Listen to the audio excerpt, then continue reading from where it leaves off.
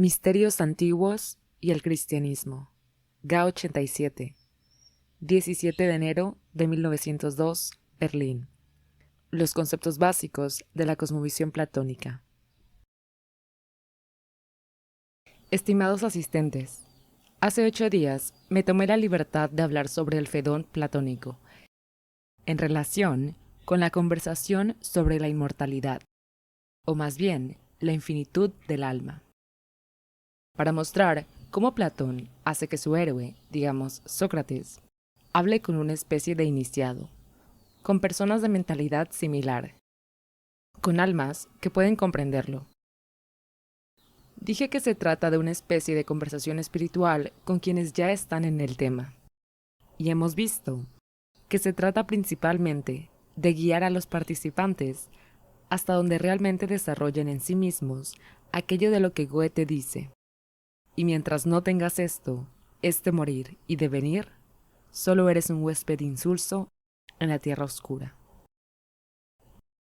La conversación se vincula con la muerte de Sócrates, para mostrar qué considera Platón lo sensual, cómo se manifiesta en su retrospección espiritual, cómo Platón entiende esta retrospección, cómo permite que la eternidad se asome a nuestra existencia temporal y cómo, para él, todo lo que se da en el mundo de los sentidos aparece en su verdadero significado, en su transitoriedad e insignificancia. Fedón es el diálogo platónico más significativo, pues presenta la muerte, el acontecimiento que más oprime al hombre, como un acontecimiento falso. Expresa la creencia más firme posible en el mundo espiritual. Se dice a sí mismo, creo en lo vivo, y porque creo en lo vivo, supero todas las demás cosas que se me aparecen en el mundo de los sentidos. También supero la creencia en la muerte. No creo en la verdad de la apariencia de los sentidos. Creo en la verdad de lo vivo primordial. El objetivo no es proporcionar una prueba lógica. A través de la percepción directa de lo espiritual, el alumno debe despertar la percepción de la vida primordial, de modo que la muerte sea también solo un acontecimiento del mundo sensible. De ahí esta conversación ante la muerte de Sócrates. El espíritu debe estar en armonía directa con lo que se muestra como un acontecimiento sensual, de modo que Sócrates represente simultáneamente como interés espiritual lo que expresa en la conversación, de modo que se exprese como un símbolo, de modo que el Sócrates moribundo, al acercarse a la muerte sensual, intenta enseñar a sus discípulos la creencia de que la muerte y todo lo relacionado con ella es una continua superación de la sensualidad, que la vida es un morir continuo, una aceptación de la vida cotidiana. Al transmitir esta enseñanza a sus alumnos, también puede sellar con la muerte lo que ha enseñado. Así es como el Faidón representa para nosotros. Incluso en su composición externa, es un símbolo de lo interior. Sócrates es el invitado brillante que captó este morir y devenir, y que intentó hacerlo comprensible para sus estudiantes ante la muerte. La otra conversación platónica, el banquete, en la que Platón también muestra a Sócrates conversando con sus amigos, aparece como una contraimagen. Aquí tenemos justo lo opuesto. Tenemos a Sócrates en presencia de la más alta afirmación de la vida, en medio de gente jerguista, en medio de una idea que, como la inmortalidad del alma en el Fedón, es el amor en la conversación sobre el banquete.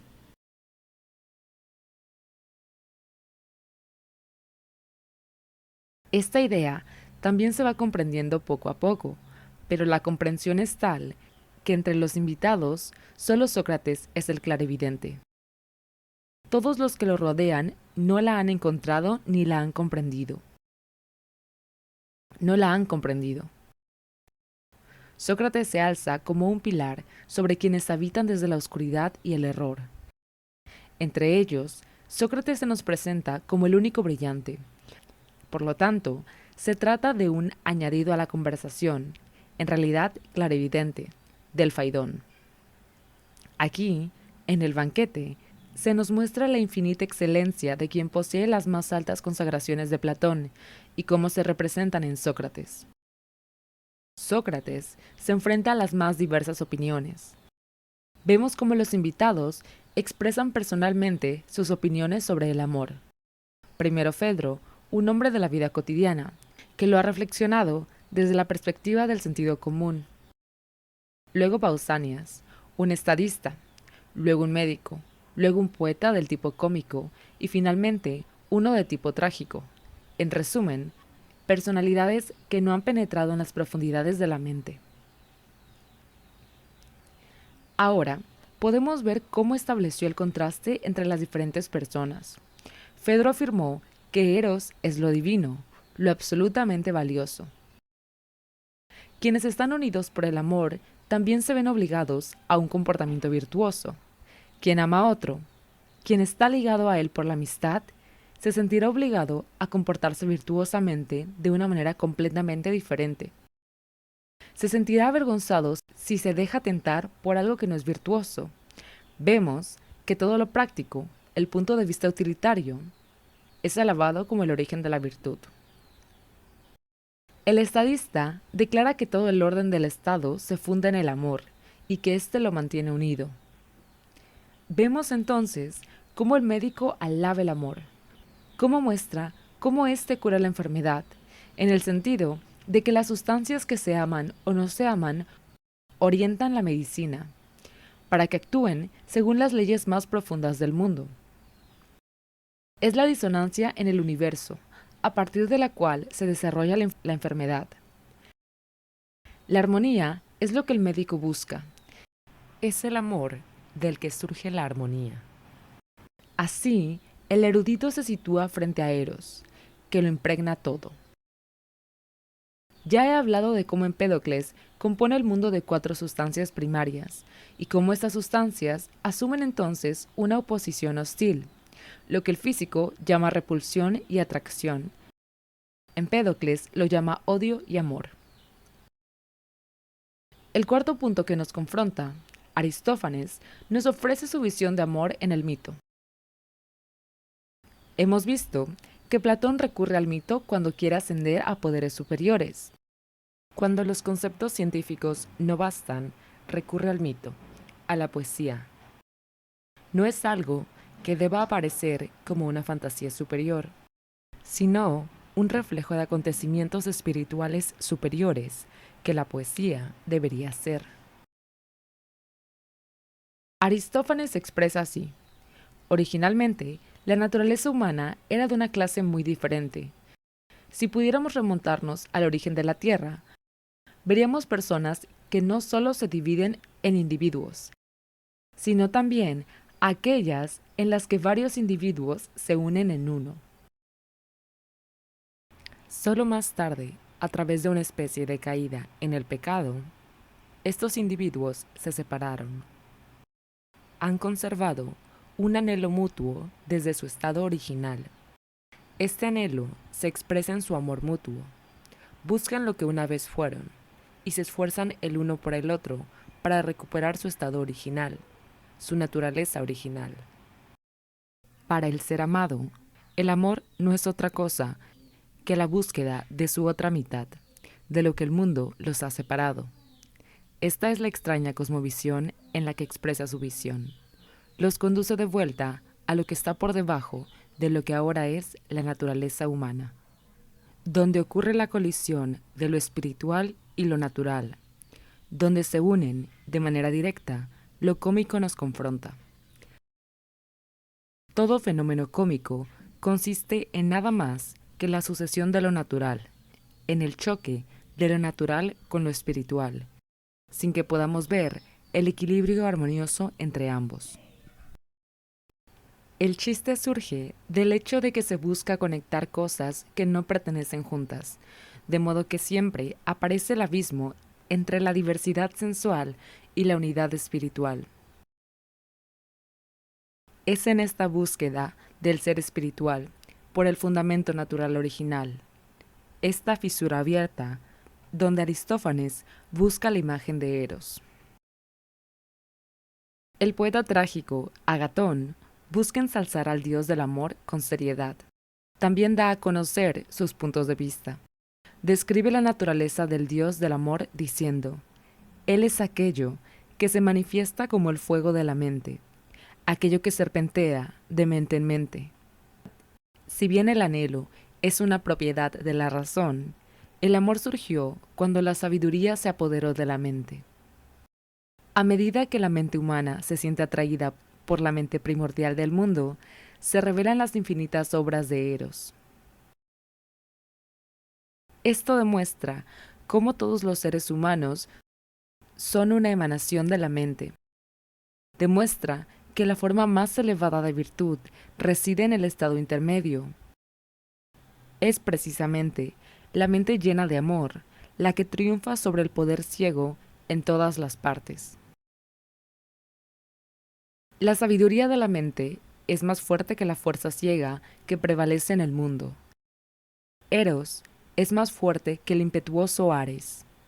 Estas son visiones mundanas que nos presenta. Ahora las contrasta con las socráticas. Es Sócrates quien da a conocer sus opiniones sobre el amor. Es el único invitado brillante entre los aburridos, que se eleva por encima del mundo de los sentidos y entra de inmediato en la visión de lo eterno, de la idealidad. En un momento mostraré la extraña apariencia que Platón permite que surja en relación con los argumentos de Sócrates, y veremos cómo Platón ha dado una imagen contraria a su Fedón. Veremos que Sócrates no dice: aquí doy una convicción, pues todos los que he citado en realidad están expresando sus opiniones. Él, como personalidad, dice Sócrates, no tiene ninguna opinión, no tiene ningún valor, ni siquiera vale la pena considerarla. Inmediatamente, presenta su personalidad bajo la luz correcta. Muestra de inmediato: soy miembro del mundo múltiple, pero aquello a lo que me he elevado debería hablar desde mí. Por eso dice: no doy mi sabiduría, pero señala a una vidente, diciendo que ella lo ha iniciado en aquello que él da para bien. Aquí tienen el pasaje en la obra de Platón, donde pueden ver lo que los griegos querían decir con esto.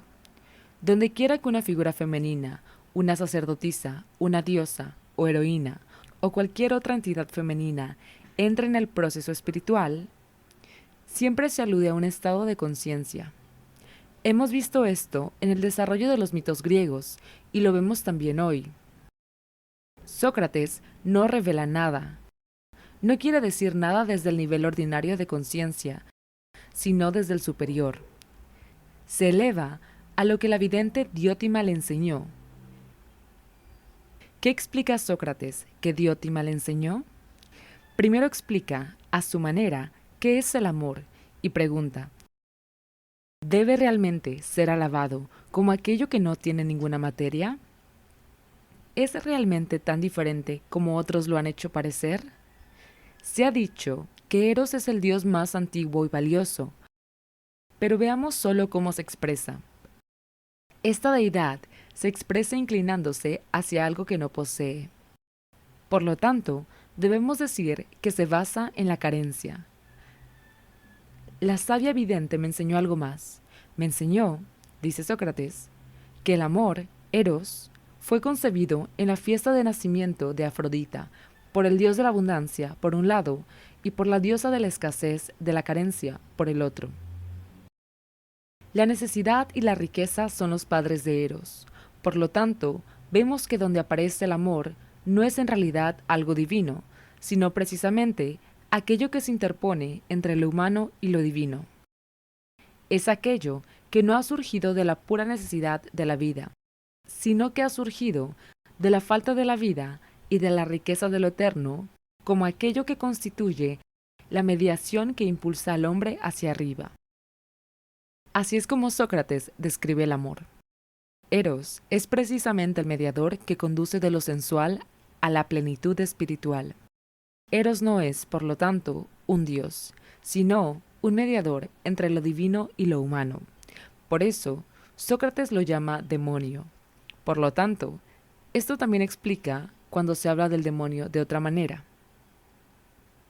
Sócrates dice que obedece a una voz interior cuando se debe hacer o abstenerse de hacer algo. Este demonio no es otra cosa que aquello que se nos presenta aquí como Eros, aquello que nos conduce a lo divino, a lo infinito.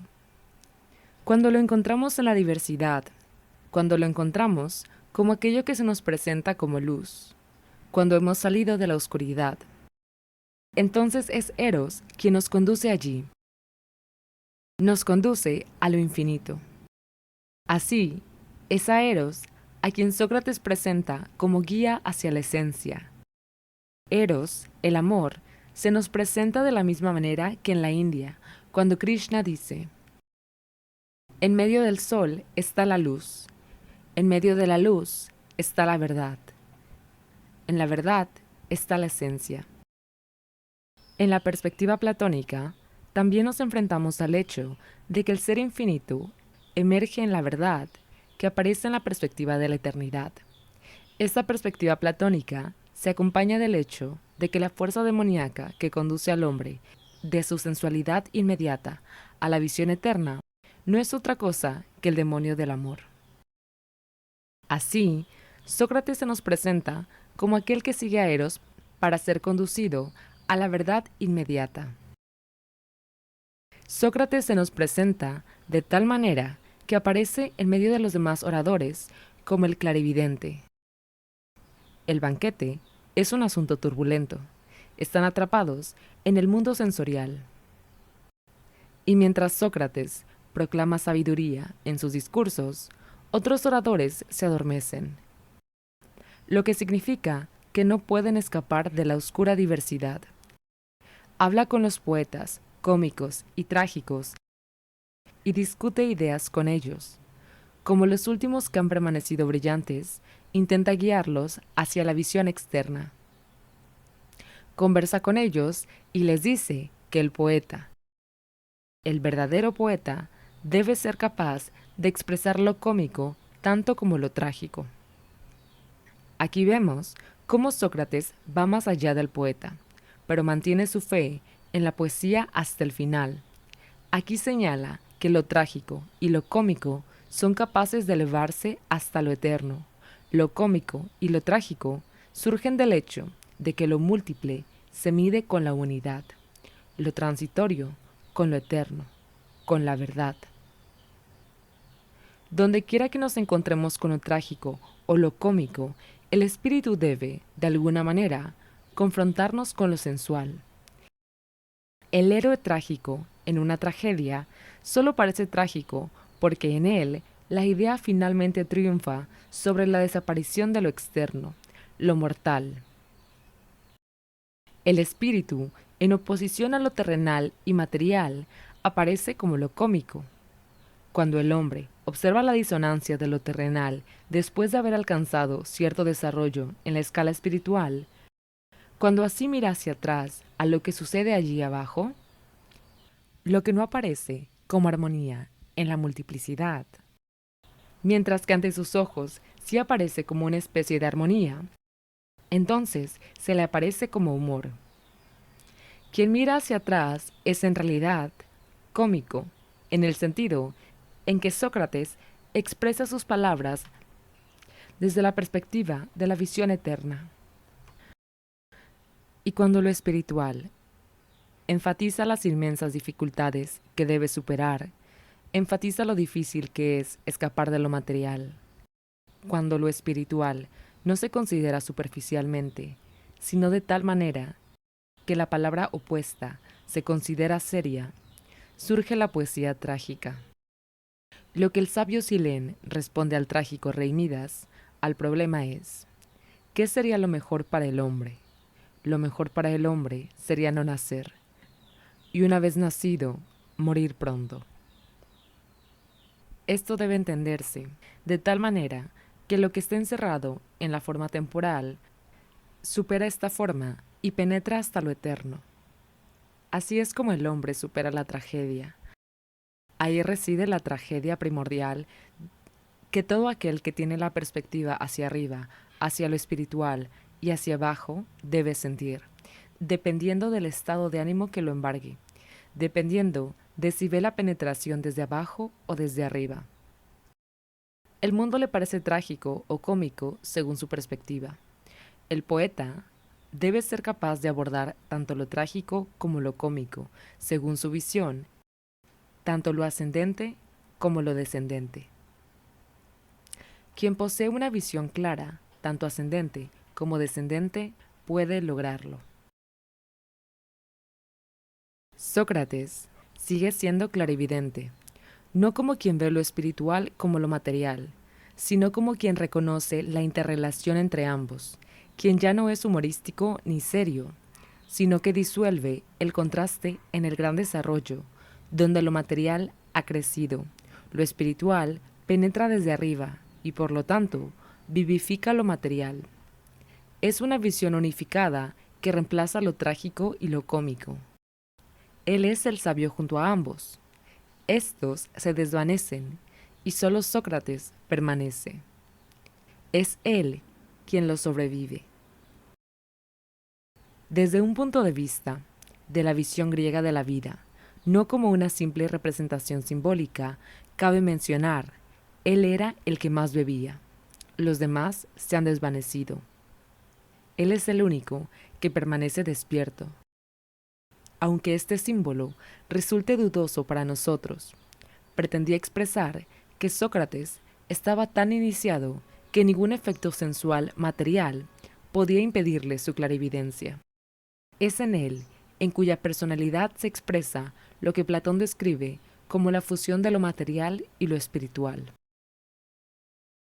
Eros lo condujo a la visión de la eternidad, a la espiritualidad. Él es la sensualidad transformada en la espiritualidad. Aparece en su personalidad como portador de la sabiduría, como portador de esta espiritualidad, mientras que los demás se nos presentan como quienes han permanecido inertes.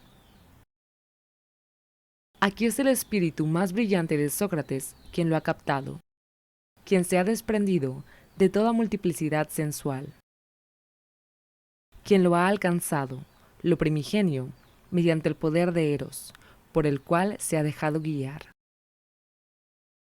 Así pues, el banquete es una completa antítesis de la charla sobre la inmortalidad o la infinitud del alma. Pretende mostrarnos cómo Sócrates asciende a lo eterno, mientras que los demás se aferran a lo temporal.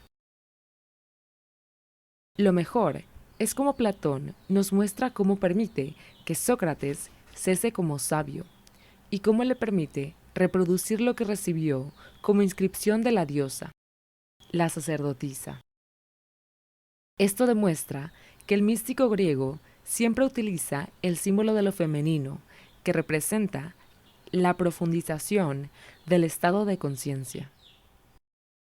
Así, vemos que Platón siempre habla de conducir a las personas a estados de conciencia más profundos o elevados. Lo que Platón quiere decir con su visión de la eternidad no nos resulta tan claro en su obra. Solo lo vemos en una época posterior, coincidiendo con el surgimiento del cristianismo en Occidente.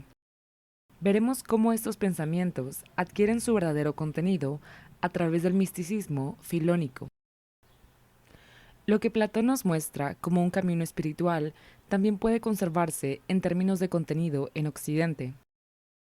Pero quienes se aferran más a la forma externa de Platón tienen un brote sin abrir en él. Nos muestra lo que ha captado en su ser interior, como un brote. Solo veremos este brote desarrollarse cuando vayamos más allá de Platón.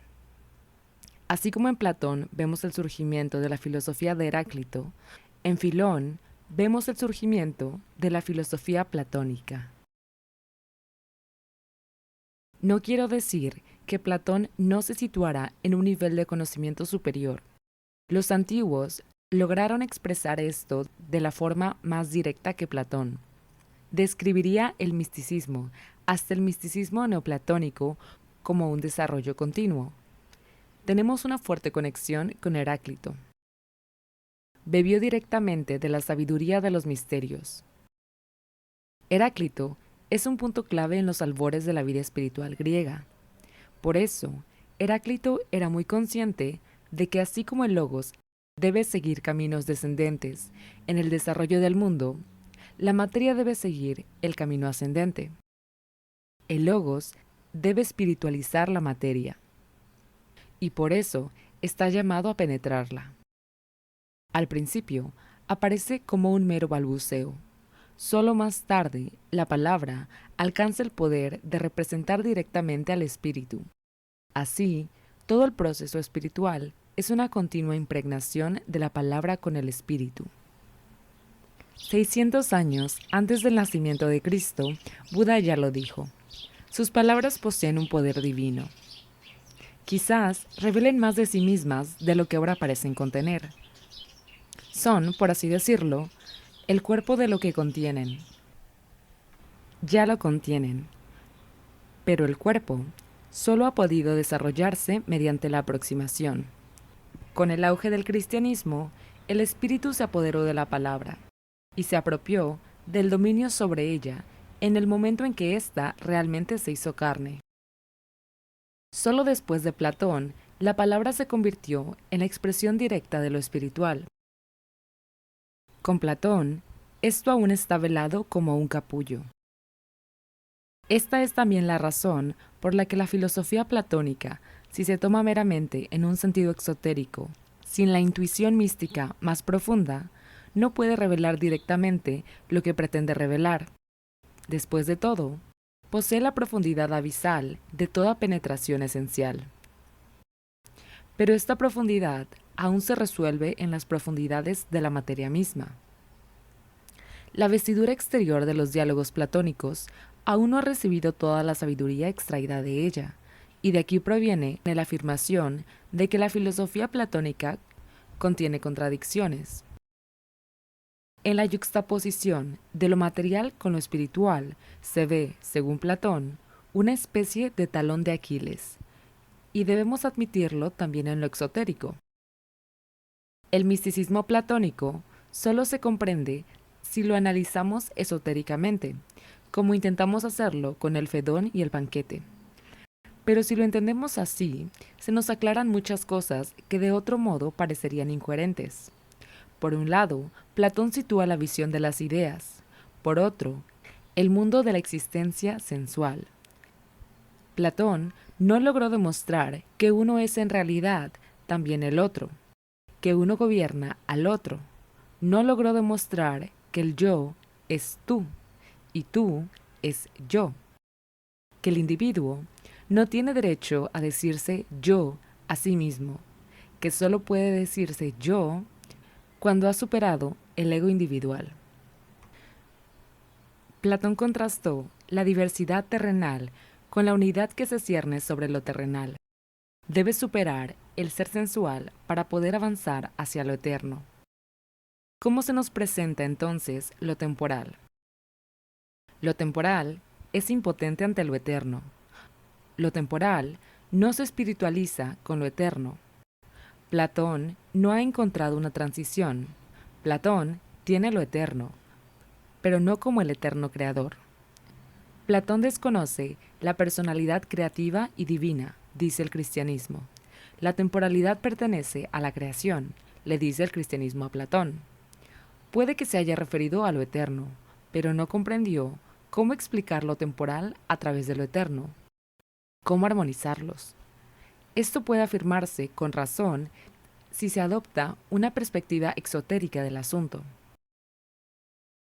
Platón distingue dos tipos de conocimiento: el conocimiento sensorial o la sabiduría de la temporalidad y la sabiduría de lo infinito. Y aquí hemos llegado a ver cómo debe abrirse su brote. Quien todavía ve al yo y al tú como separados, aún no ha alcanzado el punto en el que el ser es uno. Por lo tanto, sabe que existen dos tipos de conocimiento: la sabiduría de lo infinito y la sabiduría de lo finito. Pero también sabe que estos dos tipos de conocimiento solo aparecen como dos, mientras el ser mismo esté atrapado en la multiplicidad, en la finitud. Señala que no se deben contrastar dos tipos de conocimiento en sentido absoluto, sino reconocer que existe una escalera en la dirección a la que conduce la sabiduría, que uno puede, de hecho, elevarse hacia ella. Siempre vemos seres que se desarrollan hacia la divinidad, del conocimiento sensual al conocimiento divino. También podemos ver esto como una característica del afán griego por la sabiduría, que el sabio griego era consciente de que en su camino de sabiduría, lo terrenal también debe transformarse en eterno, que él también debe ascender por el camino de la sabiduría, que el conocimiento no debe quedarse donde es conocimiento mundano, sino que así como el religioso debe emprender el camino, también quien busca la sabiduría debe emprenderlo. El sabio griego es consciente de que la búsqueda de la sabiduría es uno de los caminos hacia lo infinito. Esto es lo que llevó a Heráclito a encontrar la expresión correcta, lo que lo llevó a la verdadera teosofía, a la verdadera filosofía. Hizo la distinción entre la sabiduría terrenal y la divina. Cuando el alma asciende del cuerpo al éter libre, entonces será un Dios inmortal. Entonces el conocimiento está en camino de convertirse en sabiduría divina. Ver desde la perspectiva eterna de los dioses, convertirse en Dios, eso es lo que busca el desarrollo griego de la sabiduría, no un conocimiento de un lugar a algo que se encuentra detrás de las cosas, sino un devenir sabiduría. Eso es lo que busca el desarrollo griego. Creo que hemos visto que el misticismo platónico es una de las etapas más importantes en la búsqueda griega de la sabiduría, desde lo terrenal temporal, desde la opinión puramente humana hasta la sabiduría divina. Respuesta a la pregunta. Timeo y Fedón, que conducen de la filosofía al misticismo, son las cumbres de la filosofía platónica. Esto nos conducirán al Evangelio de Juan y al Apocalipsis. Sócrates contempla el sufrimiento y la alegría desde una perspectiva superior. Lo múltiple no debe superarse en el conocimiento, sino como tal en sí mismo. En el misterio de Cristo, la muerte misma se supera como tal, no solo en la comprensión de que la muerte no es nada. El sufrimiento, del que Sócrates solo tenía que consolarse, debe aquí ser conquistado, superado. La victoria debe alcanzarse.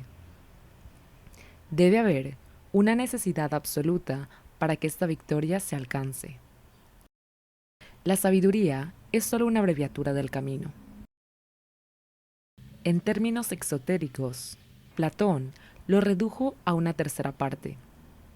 El hombre debe superar la muerte mediante la iniciación, a través de lo divino, dentro de lo puramente espiritual. Como en el caso de Platón, a través del conocimiento.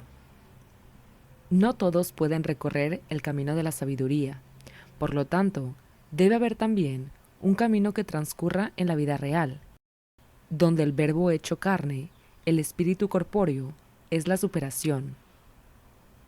Por eso, la superación socrática está ahí para el sabio. Para el hombre común, sin embargo, la superación socrática no puede existir en circunstancias ordinarias. Para las verdades y percepciones superiores no hay gran diferencia. Pero existe una gran diferencia para el ser humano. Uwe Scheiden lo expresa así. El misticismo es de suma importancia para el hombre, pero quien quiera guiar a toda la raza humana por el camino debe también recurrir al conocimiento espiritual. Por eso, esta idea se relaciona con la idea socrática, como la vida se relaciona con el espíritu.